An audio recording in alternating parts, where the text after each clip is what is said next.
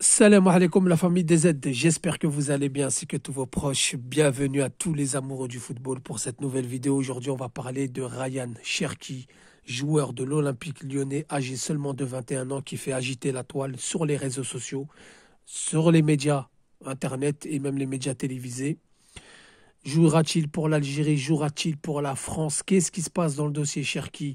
Non seulement le dossier côté équipe nationale, il faut savoir qu'il est international français espoir. Il n'a jamais été sélectionné par Didier Deschamps et l'équipe A.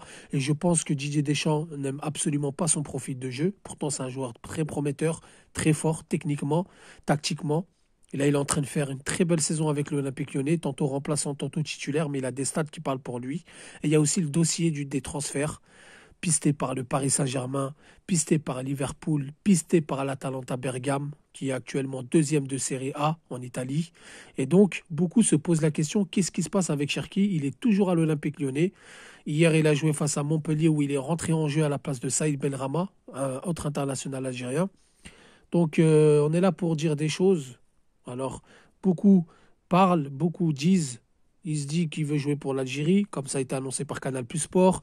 Il se dit que Lyon lui met la pression pour pas qu'il aille en Algérie, mais pour qu'il aille en France. Et il y en a qui disent aussi qu'il attend un transfert dans un club pour annoncer donc sa nationalité sportive. En tout cas, beaucoup de choses sont dites et on va essayer d'analyser surtout qu'est-ce qui se passe au niveau du transfert. Donc Cherki qui a annoncé au Paris Saint-Germain depuis longtemps. Apparemment, il y a des discussions qui ont été stoppées et arrêtées. Le Paris Saint-Germain ne serait plus, on va dire, emballé pour prendre le joueur. Il avait été annoncé à Liverpool avec des discussions très avancées. Pour l'instant, il n'en est rien. Il avait été aussi annoncé à Borussia Dortmund. Il n'en est rien. Là, maintenant, il est annoncé à l'Atalanta Bergame. Alors, les amis, comme tout le monde le sait, j'apprends rien à personne. Lorsqu'on est international français, on se vend mieux, on se vend plus vite et plus cher qu'en étant international algérien. Ça, c'est une certitude. Suffit pas de s'appeler Jean-Michel Aulas pour mettre la pression. C'est n'importe quel club, s'il peut en tirer un bénéfice d'un joueur, mais à condition qu'il opte pour l'équipe de France, n'importe quel président de club mettrait la pression, sauf si c'est un petit club et qui a un petit budget et qui serait pas contre. Hein, on peut te donner des exemples, hein, comme Angers, par exemple, le président du club d'Angers qui est algérien. Je pense pas qu'un jour, s'il a une pépite franco-algérienne entre les mains, il va mettre la pression pour jouer pour l'équipe de France. Je pense qu'un un petit prix à 15-20 millions, il le vendrait, comme il l'a fait avec Ait Nouri, par exemple. Mais il y a des présidents de club pour la majorité. On peut parler d'Akliouche, hein, qui reçoit quand même des pressions de Monaco. Beaucoup disent non, c'est pas vrai, c'est aux joueurs de choisir, etc. Mais il reçoit d'énormes pressions de Monaco pour être vendu plus cher la saison prochaine. Donc, il faut qu'il choisisse l'équipe de France. Mais Ryan Cherki, j'ai l'impression qu'on est en train de lui faire du chantage, qu'on est en train de bloquer son transfert pour qu'il choisisse la France. C'est un moyen de pression.